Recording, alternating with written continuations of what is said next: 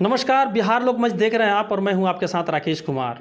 आज मैं हूं मीरगंज में और सैकड़ों नकारात्मक खबरों के बीच आज एक सकारात्मक खबर हम दिखाने जा रहे हैं आपको। एक युवा हैं जो आर्किटेक्ट हैं और एक कंपटीशन हुआ था इंडिया में, यानी कि बेंगलोर में वो रखा गया था जिसमें ये टॉप 10 में आए हैं। तो चलिए इनसे बात करते हैं और जानने की कोशिश करते हैं कि किस तरह की कंपटीशन थी और क्या क्या करना पड़ा इनको, कितनी परेशानियां झेलनी पड़ी ताकि यहाँ तक ये पहुँचे और क्या क्या इनको जो है वहाँ से पुरस्कार मिला हुआ है। और साथ में इनके पिताजी भी हैं, उनसे भी बात करेंगे। तो सबसे पहले बात करते हैं इनसे। तो अपना नाम बता दीजिए। जी नमस्कार, मैं आर्किटेक्ट ऋषभ सांकृत्यायन जी। मैं होमटेक बिल्डर्स का प्रिंसिपल आर्किटेक्ट हूँ और बैंगलोर में एक अवार्ड फंक्शन रखा गया था, एक डिज़ाइन कंपटीशन था जिसमें इंडिया में टॉप 25 आर्किटेक्ट्स को अवार्ड दिया गया, तो जिसमें मेरा सिलेक्शन हुआ और 1 मार्च 2023 को hotel Taj West End Bangalore में मुझे इस अवार्ड से सम्मानित किया गया। अच्छा, तो टॉप 10 में आए हैं आप वहाँ पे, है ना? 25। तो कैसा लग रहा अभी आपको? बहुत अच्छा लग रहा है। अब इतनी जल्दी मतलब इतना बड़ा अवार्ड मिलना काफ़ी खुशी की बात है। अच्छा, तो ये क्या आपका सपना रहा था इस तरह का पहले से, या मतलब कि ऐसे अचानक से सब होता चला गया? नहीं, मैंने बहुत साल से अब क्योंकि पढ़ाई तो 5 साल की होती है हमारी जी। तो इसकी जो शुरुआत है वो तो आज से 6-7 साल पहले से ही थी।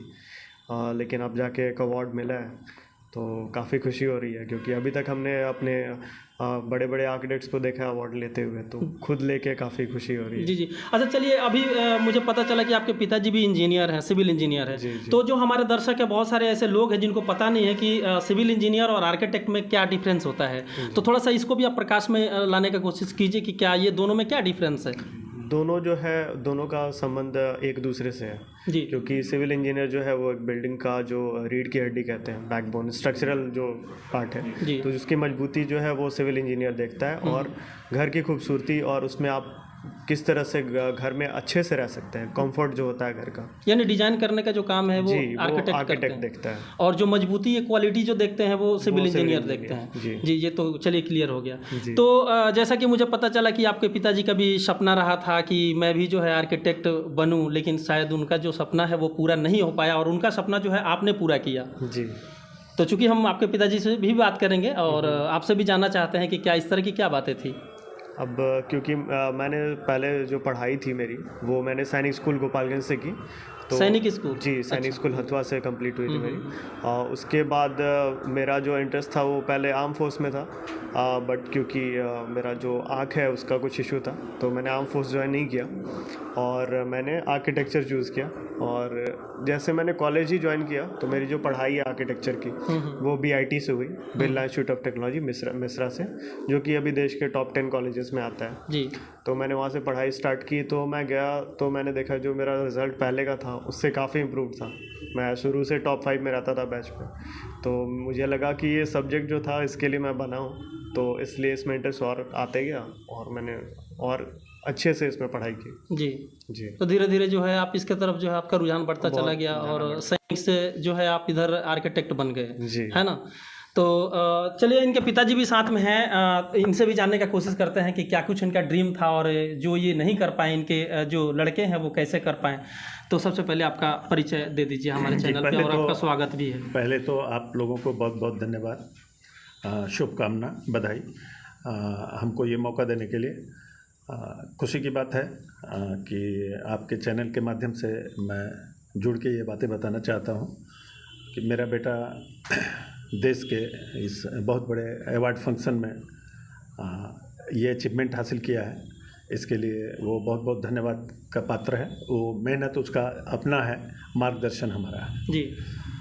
नंबर 2 चीज़, अभी आपने जो पूछा, हाँ, मैंने सपने की बात कर रहा था मैं कि आपका जो ड्रीम था आर्किटेक्ट बनना, लेकिन आप सिर्फ सिंपल सिविल इंजीनियर बन के रह गए, और आपका जो सपना है आपके जो ये सुपुत्र हैं इन्होंने पूरा किया। जी बिल्कुल। तो इसके दरमियान क्या कुछ जो है आप लोगों को परेशानियां झेलनी पड़ी? जी जी, ये ठीक वैसे ही घटना है। जैसे पहले हमारे यहाँ सैलून हुआ करता था, और सैलून में अमूमन लोगों के दिमाग में ये कंसेप्ट बैठा है कि जाएंगे तो दाढ़ी बनवाएंगे और बाल कटवाएंगे।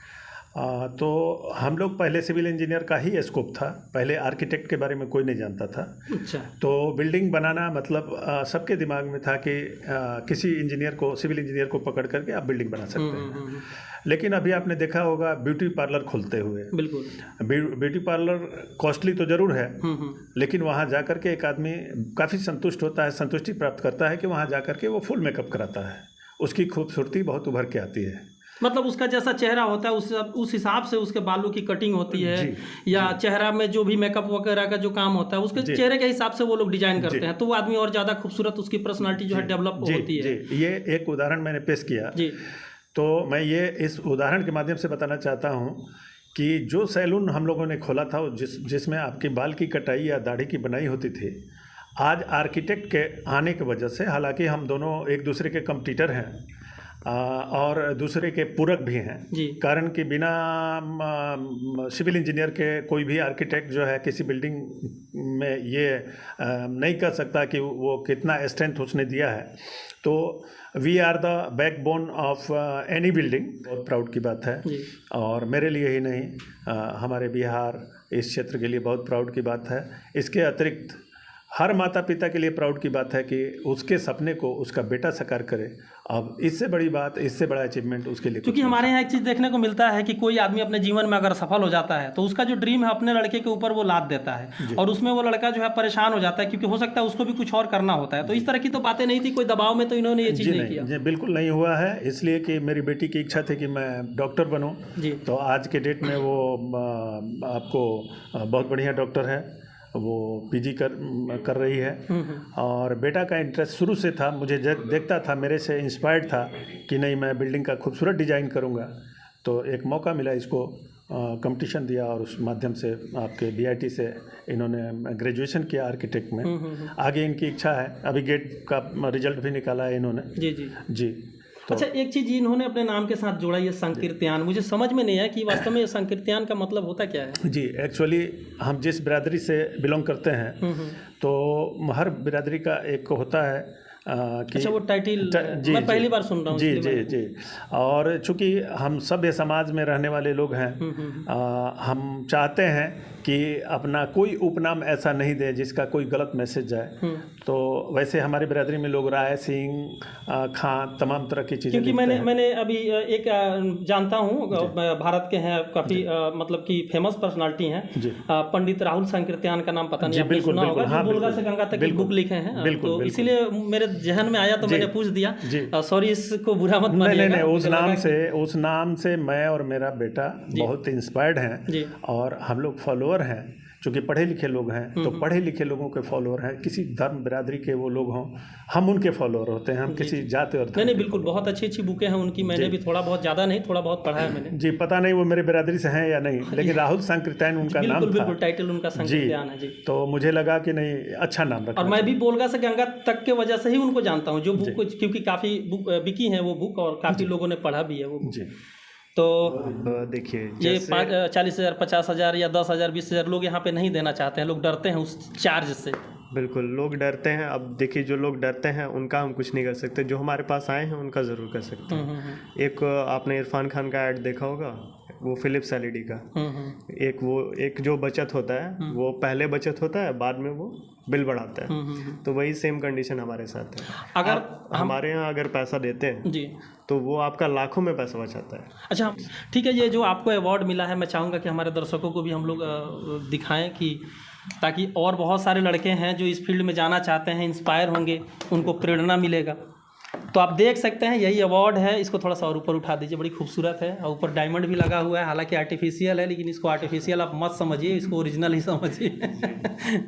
तो बहुत अच्छा लग रहा है। हमारे बिहार के लिए बहुत बड़ी बात है कि टॉप 10 में है, इस कंपटीशन में ये आए हैं, तो प्राउड हो रहा है, हमें भी प्राउड हो रहा है। और चूँकि मीरगंज और हथुआ की धरती है, बहुत उर्वरा मिट्टी है यहाँ की, एक से एक जो है धुरंधर यहाँ पे जन्म लिए हैं। लगातार हम हमेशा आते रहते हैं और आपको दिखाने की कोशिश करते हैं। आप देख सकते हैं, इसी तरह के तमाम खबरों के लिए आप बने रहिए हमारे साथ, और इस वीडियो को ज़्यादा से ज़्यादा आप शेयर कीजिए, कमेंट भी कीजिए, कैसा लगा आपको, हमारी कोशिश कैसी रही। और ज़्यादा से ज़्यादा शेयर कीजिए, और पहली बार अगर हमारे चैनल पे और पेज पे आए हैं तो पेज को फॉलो कर लीजिए और चैनल को सब्सक्राइब कर लीजिए, क्योंकि आपका फॉलो और सब्सक्राइब कमेंट ही हमें मजबूत करता है आपकी आवाज़ को उठाने के लिए। धन्यवाद।